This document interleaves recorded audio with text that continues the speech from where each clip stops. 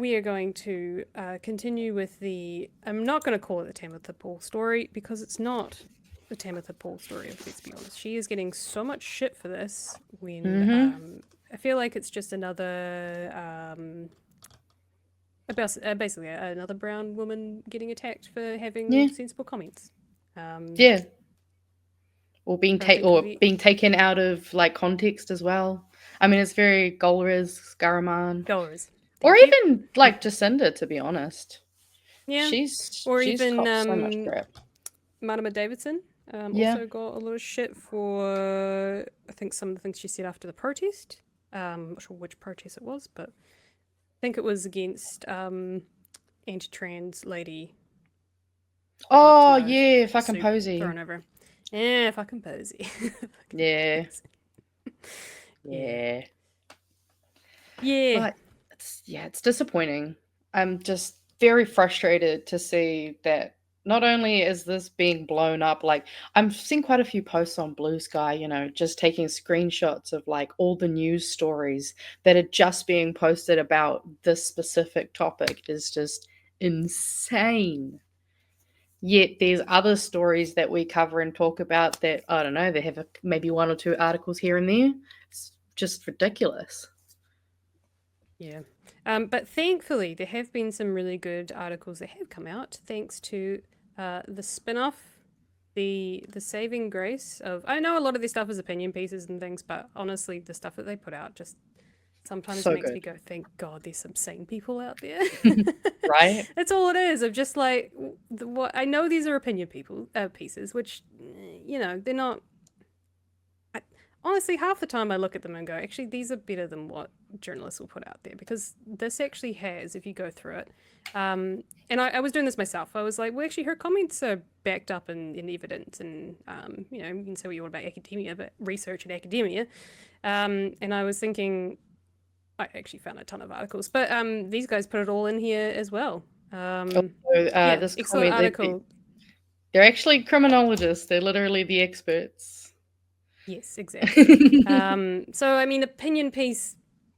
I would say this is probably more of an analysis. There's probably opinions in there, but yeah, journalism, yeah, whatever, nitty gritty, nitty. What do you call it?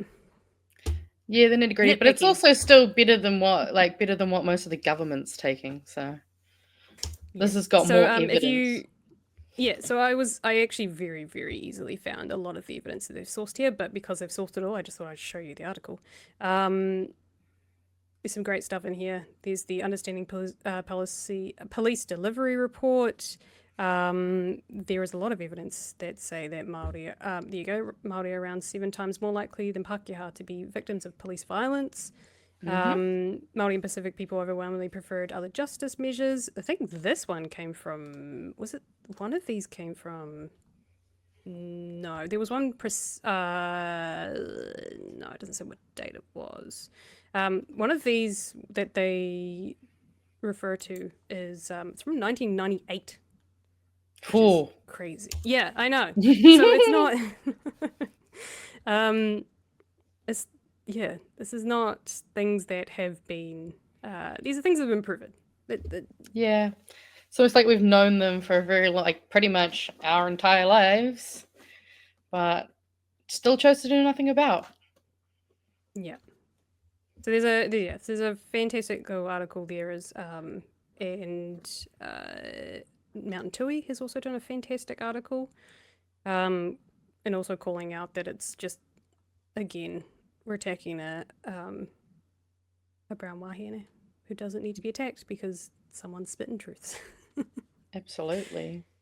So there was something in here actually. Thanks, Mountain Tui, because I couldn't find it, but you did it. One of the questions that was asked, and this is one that stood out to me, was that she had mentioned. I think she had mentioned in her Instagram video that she had talked about radical reform, and one of the things she said in sort of reference to is things like, as far as I understand, she said things like defunding the police, which Yes. everyone got up in arms about, and that's where I think Yeah. a lot of this like radical, she's crazy, la la land sort of bullshit came from, which is really shit.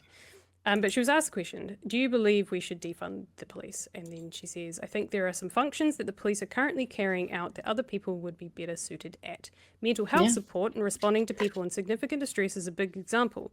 We know that there is an 11-year-old autistic girl who was detained in custody and drugged. That's not okay. That's just one incidence of police doing their job, doing a job that I don't think that they're trained and resourced for.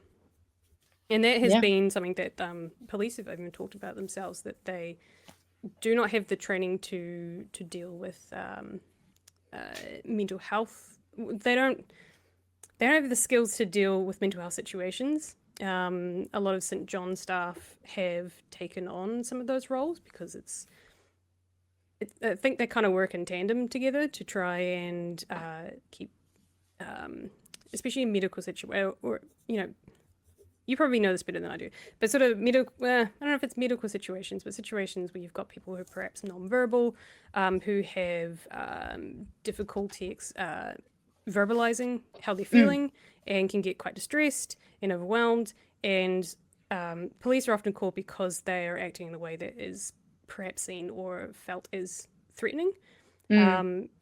So I think there has been an effort between police and St. John, who are sort of the medical professionals, to try and come into these situations and help these people, as opposed to just going with the law enforcement response, which is absolutely. oftentimes a lot more aggressive and way overdone. Like, just the response is over proportioned would be the correct term.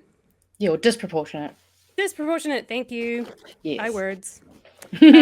But this is probably something that you're probably perhaps more, I guess, understanding of, or well, yeah, I'm not 11, but I do have autism, so I get what you mean. Yeah. But yeah, nah, I mean, like, when I read that story, first of all, they mistook her for a 20-year-old woman, which is, like, first of all, ridiculous. But then the fact that, this person was clearly nonverbal probably could have been a bit of an indicator from the beginning. Like, maybe we should check. And I mean, just the way the thing was handled is not great. But at the same time, like, the police aren't the ones who should be doing those jobs. Like, yes, they can come out if there's an aspect of, needing to kind of maybe provide protection. If there is some form, like, on rare occasions, people can end up harming others. But in my experience and a lot of the people that I know, when you're autistic and having a meltdown, you're more likely to just hurt yourself. Like, you don't really tend to, like, some people do harm other things, but, like, a lot of the time you're more likely to hurt yourself. So then when these police go in there and they're potentially going to grab someone, that kind of, like, aggressive grabbing, when basically your limbic system in your brain is fired up and going, can make you then go and turn around and, like, attack whatever, has just aggressively grabbed you. Bam, there we go. You're going to have assaulting a police officer because they've handled the situation incorrectly, which is just extremely ridiculous. I mean, there are so many things that the police should be doing, like Tamatha pointed out. I think she was talking about how, they should be involved in domestic violence and areas where they are needed more. And we should have more funding for places like, for social work, for mental health. Our mental health system is so severely underfunded for how bad our mental health problems are, that, like, so many people can't even get into the publicly funded mental health care, let alone maybe, like, especially when you need those kind of things, your likelihood of having the financial income to pay for, private, almost impossible. Because, like, if you look at a lot of the research, when it comes to disabilities, obviously minorities and of all kinds, disabled people are more likely to not have full-time jobs. They might have, they also have higher financial, costs to live every day. And so, like, you add all these different things in, and it's just, everything needs to be changed. And I think, like, we talk about the defunding the police, which is an idea, but I think what I would prefer is actually to call it reprioritizing, because the thing is, we just need to reprioritize what the police are doing and the funds that are spent through there, and maybe redirecting some of them if that is the case and that is actually needed. But yeah, I also find it interesting that like we've kind of like this whole story has touched on like minorities and the disabled, but it's also like queer people.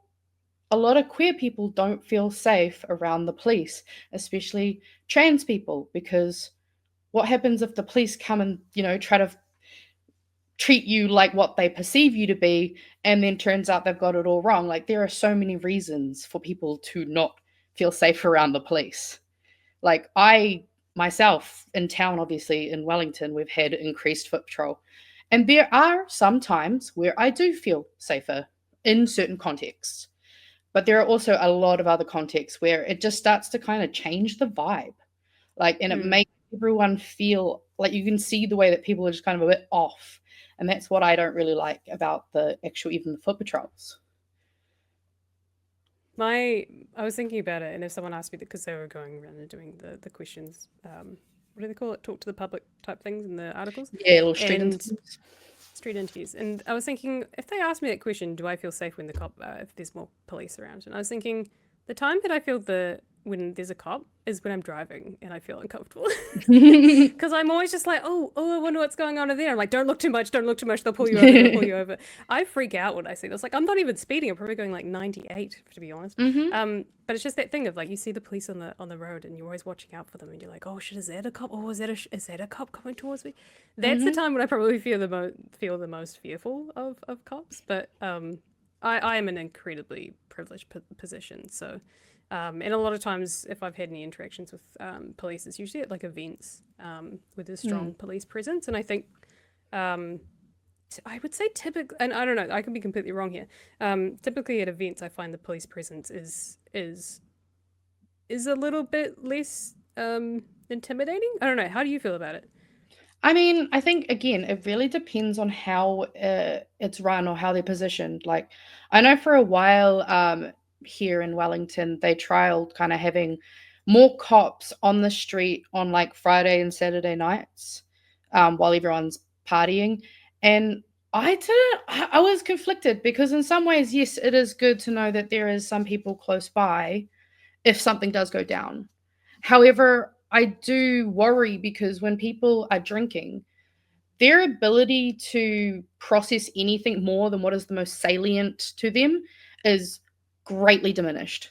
So if you actually have drunk people and they come and they just see a bunch of cops walking towards them, they might interpret that wrong, and it can actually kind of create problems in that sense. So I am conflicted with those things. I think if it's done in a way where it's like, maybe they're positioned at the kind of near the front of an event at a stall so that they can, be called over. Like, I've worked at events where we've had to have, the emergency services called because something's gone wrong. Thankfully, not really in terms of violence or aggression, mostly in terms of medical emergencies. But I think there are definitely ways to handle it and do it. But yeah, I guess it's just really how they do it for me. Hmm. Yeah, no, for sure. And I guess what the point that Tamatha was making is that them sort of walking around and just making themselves look intimidating, I think, is the thing. Hmm. But like if they're kind of just standing on the side, like I think I'm thinking of when they're at events. I'm thinking of them just sort of standing at the sidelines and just Yeah. just watching, chilling out.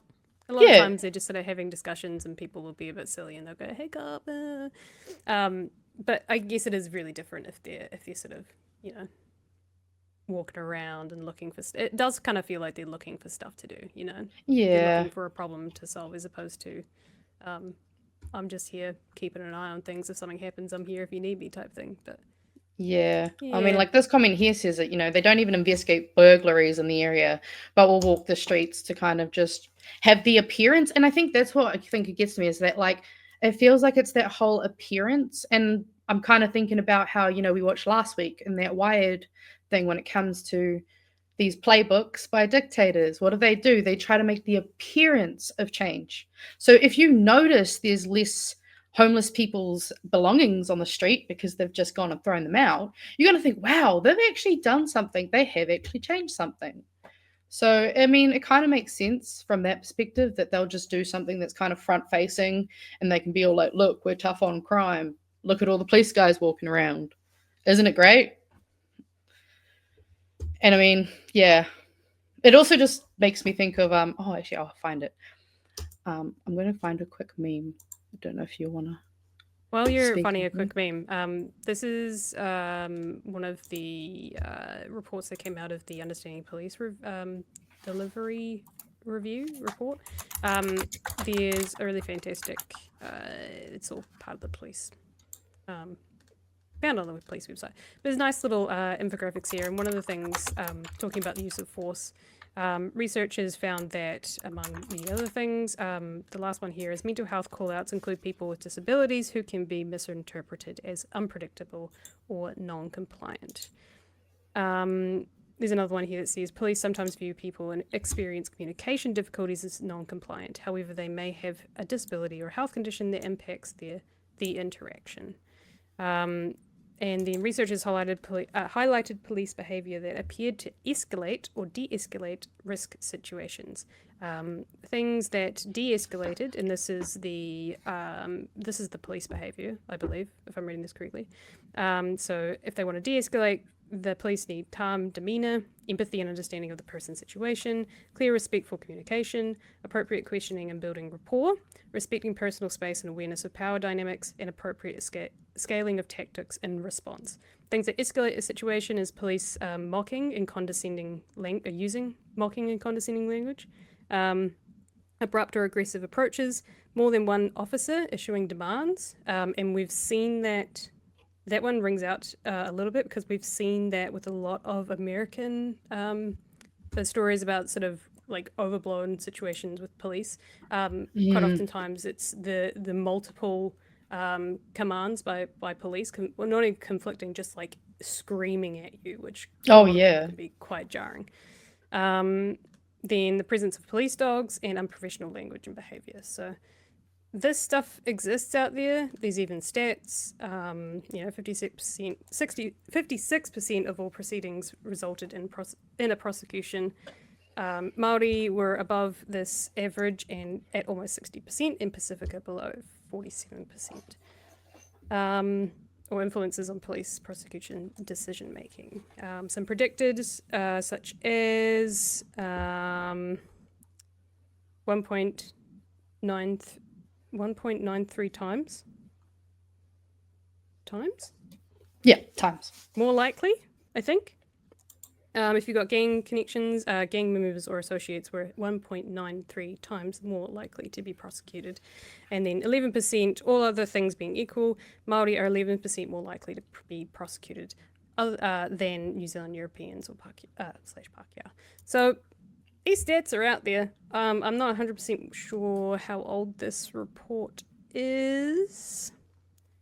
That stuff's sometimes a little hard to find. And there's also all the recommendations at the end there as well. So the police aren't oblivious as an organization. They're not completely oblivious to this stuff. They know that this is the shit that goes on and that they are actively participating in these kinds of these stats and the feelings of that minorities feel, or those people who feel unsafe with police around. So this is not new. And I think Tamatha's just getting like absolutely attacked for being right. Yeah. Let's be honest. And Well, and this is the lastly thing, on she that, wasn't even asserting anything specifically. She was relaying what she has heard and then using that to inform her decisions. Like, yeah, informed decisions. yeah, Crazy. but also she is. I mean, everyone does it. I was like, well, I've heard that some people, like our school lunches type shit. But if she's relaying these sorts of things for her constituents and they are backed up, then that's her job as the MP, right? As the representative of her community. At the very least, she should be voicing these and getting them looked into, and lo and behold, backed up by evidence. Right. So, yeah. And I mean, like, we've got a lot of people in the chat, like, at this, even today, it's a coin flip if the cop you're talking to will take your rape complaint seriously. And, like, these are the things that they should be looking into. These are the areas that they're more needed, not in the areas where they're off, they can actually cause more harm to people. Because, yeah, I would say pretty much every minority that exists tends to have a big portion of them that feel uncomfortable in police presence. Like, sex workers. There's so many, a lot of women don't feel safe around the police. A lot of brown people don't feel safe. Like, everyone pretty much doesn't feel safe around the police. And this is all it makes me think of, though, is Here's the thing. I don't know what you Yay, my kids are up favorite to, but human. I do know one thing. Laws are threats made by the dominant socioeconomic ethnic group in a given nation. It's just a promise of violence that's enacted, and police are basically an occupying army. You know what I mean? You guys want to make some bacon? And I mean, like, that kind of sums up how I feel about it a little, because, yeah, while laws can be great and they are supposed to be helpful and there to help people, they often end up creating harm. Yeah. The last thing on this particular story, other than I was going to show you guys 101 headlines, but honestly, I don't really need to. If you just go to the latest, I'm pretty. Actually, no, I might have had to look this up. Just go unconscious bias police and go look at these headlines. And RNZ will just. I love this because they have related stories. You just click through all of the related stories, and it will just keep taking you back through. Stories that go back. I think I went back to 2021 or 2020. And it was all the same concerns of police bias, police unconscious bias against Māori. Like, it doesn't take long to find the evidence to this stuff, and it pisses me off that the reporters haven't actually cited where she's getting this information from, other than Community, but actually just saying that, like, yeah, she's kind of right. There is definitely a conversation to be had. And I think it's frustrating that it seems like this has been blown up to kind of hide all the other stuff that the government's still doing. The lunches are still shit. That hasn't changed. And then it's just frustrating to see them do this. It's irritating, and I get sick of having to be like, can we not be fucking racist and misogynistic all the time? It's so infuriating.